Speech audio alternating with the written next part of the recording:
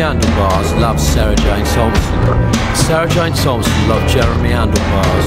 They were going to be married and they were going to spend the rest of their lives together and be very, very happy. And that, as Jeremy Handlebars so often said, was that. Sarah giggled. It wasn't quite a proposal she'd imagined, but then that was Jeremy all over once he'd made his mind up. He was just so decisive, she thought, and she wished that she could be like that too. Jeremy said that it was destiny that had brought them together and that no one, not even he, could defy the will of God, so there was no use in either of them fighting it or even pretending to. It was more a case of ironing out the practical details and making sure everything ran smoothly on the day. I mean, there was the question of the cake and the flowers, of course, and then who to invite and then who not to invite. I mean, where did you draw a line with a thing like this? Sarah smiled as she stopped listening and drifted off. It was true, she could still remember that first day they'd met as vividly as if it was now, and her attention spun back to 5 years ago in that car boot sale in Norwich. When she thought of how she might nearly not have gone, she shuddered.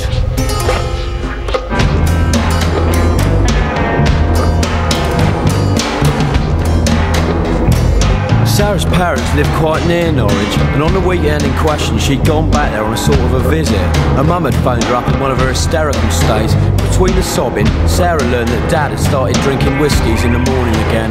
This time he'd threatened Miss Hand-Me-Down Lightly, the lollipop lady, by sticking a shotgun in her throat and calling her a handmaiden of the devil before unloading into the air and falling down unconscious. It was just another incident in a long line of them. But Sarah's mum went through stages where she just could not cope anymore, and then Sarah would have to go back there for a while. Shit, she thought, and got on the next train home. She knew there was nothing anyone could do about Dad, but she felt sorry for her mum and liked to tell herself that she loved her. And anyway, there was no point in changing the rules of the game this late in the second half. It was the usual carry-on when she arrived. Her mother cried and cried while Sarah cooked food for her father, but she threw against the walls. Then, at about 7:30 each evening, when all was a little worse for it, he'd go outside and sit in his car, wind the window up, and shout the word slags over and over again as loud as he could, till he fell down into a drunken sleep. Then they'd carry him inside and put him to bed. It was these screams of her father that accompanied Sarah upon the walk she took after she sneaked out of the house and strolled along the B1172 as it meanders its way into Norwich.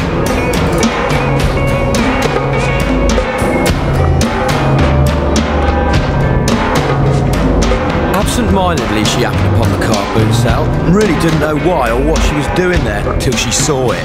Then everything went clear. The gun cost 75 quid, and after a moment's dilemma, followed by some mental calculations, she decided 75 was well worth it to blow that bastard's brains out. With glazed eyes, and to be quite honest, looking like a bit of a nutter, she stretched out her hand with the intention of making the gun hers. Now at that exact moment, a truly rare occurrence in this universe, as it really was that exact moment, somebody else she hadn't noticed, and who hadn't noticed her, stretched out his hand to take the very, very same gun. It was Jeremy. The gun, her hand, and his hand all made contact at the exact same instant. Eyes and barrels all meeting simultaneously, giving rise to what can only be described as something like a sort of true human communication, a real one-off that allowed understanding to flood through and from and into each other. All Sarah's murder impulse was exactly and oppositely reconverted into a passionate desire mingled with a deep-felt admiration, respect and love for this stranger.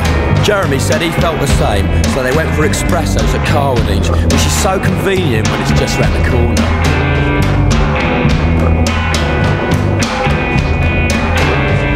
They laughed as their stories unravelled, especially when Jeremy revealed coincidentally that he was there looking for a gun to empty all over his mum. And she drank too, and when he'd been away on a 2-week communication course which work had sent him on, she had forgotten to feed his fish, and he'd returned to find them sunny side down and motionless mid-tank. He'd loved them fish, and he believed that they knew and loved him too. They were in fact, unbeknownst to his mum, his closest and most treasured companions.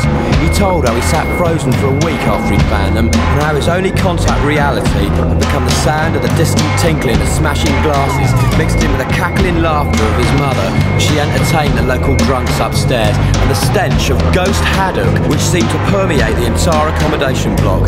He told how he'd remained in this trance as the gun theory slowly revealed itself to him, and as it cleared, he woke to find himself driving through the outskirts of Norwich. As he later went on to explain to Sarah, he had never been to Norwich, and it held no fascination for him whatsoever. In this sense, appearance at least, he seemed a normal and sane man, Sarah reasoned, and indeed in many ways we may assume that he was. They of course bought the gun as a token of their love, and Jeremy paid for it like proper men do. That was 5 years ago now, and Sarah sighed as she returned to what she understood to be present time. Their wedding came and went in relative safety and was not interesting. In fact, the next significant event to occur in their lives was some 5 years later. But some understanding of this intermediate period is necessary, a fuller understanding of what was to follow. Jeremy and Sarah melted. They abandoned their own identities and grew into each other. As time dragged on, their branches became so complicatedly intertwined that it was impossible to tell from which person they had originated. They choked the individuality of each other in a frenzy that only the terror of loneliness would allow. Now neither knew the other or themselves, but clung to feigned personalities they believed the other required from them, in a truly sickening and spineless existence based upon complete reliance upon one another. But at least they were not lonely, and respite did occur in the form of hobbies, which they pretended to share and enjoy, but in fact did not. The irritation they so often felt for one another they denied, but it would surface occasionally in sporadic eruptions of screaming and violence, usually directed at the useless artefacts society offered them as distractions from each other. The TV, the microwave and the dishwasher sat as cold and silent witnesses to their futility, but they did have their uses, as the time spent working to get them would have been time they'd have to have spent with each other. In other words, and put much more simply than this, they became what is commonly known as a right couple.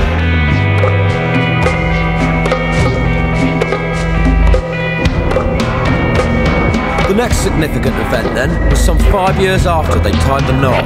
Jeremy was at work doing his job at Fishy Business Aquariums, where he looked after the fish, and Sarah was at home rearranging their possessions. She never did seem to be able to get it quite right. She sat down and sighed absent-mindedly, and picked up and toyed with a gun which had brought them together 10 years ago that day, which was kept pride of place on their mantelpiece, and which Jeremy insisted on being kept loaded, when it just went off. The bullet went straight through her, where her liver was, and blood and bile and pancreatic juice was spattered against the wall behind her. The 3 different fluids started dripping down the wall, and it looked like some weird kind of a race, and when one drop mixed in with another, they would hurry each other along on the descent of the floor, or when one drop strayed into the path another one had already taken, that would speed it along too, and when the dripping stopped and it dried up, it looked good. When Jeremy arrived home to find his beloved floating meat tank, as it were, something snapped inside him. Maybe it could have been something to do with electricity, or maybe not. But anyway, his brain just shut off, and he stood there for about an hour, completely motionless. And then, when he started moving again, he was talking as if nothing had happened. He playfully scolded her, as one scolds a small child for the mess she'd made on the wall. And then he cleared it up with a new kind of liquid, which did do the job really well. And as he did so, he carried on talking normally to her. The fact Sarah had never been much of a talker and tended to drift off was an enormous help in maintaining his delusion. He also found that as he dragged the corpse from room to room with him, it was best if he heightened his conversation to an excited jabbering and unloaded all the banalities and problems he'd encountered at work, or just talked anxiously about his money worries. Either way, it really helped. The fact that their coupledom had made them extremely uncomfortable in front of other people due to the absurdity of their false roles had meant that visitors had not been welcome in the flat for many years, so that was no problemo either. In fact, Jeremy soon found this new state of affairs rather to his liking. Even when the body started to putrefy and fall apart, he lovingly transported the separate bits from room to room and carefully reassembled them just the way he remembered her, and he really didn't feel lonely at all. His favourite bits were her beautiful eyes, which after they had become detached from the mother head, he kept in his pockets and would affectionately fondle, especially when he felt nervous or he was outside. Sometimes when the mood was right at night, he'd pick up an ear and place it to his mouth and mumble secrets about love and desire, and if he could find all the right bits, he'd lovingly carry them to his bed, where he'd fall upon them and wriggle and moan. On these special occasions, he'd take the eyes out of his pocket and place them on the pillow, and as he lay there writhing on what was left of the body, her eyes would stare frozen cold and emotionless at the ceiling, and Jeremy Handlebars didn't feel lonely at all.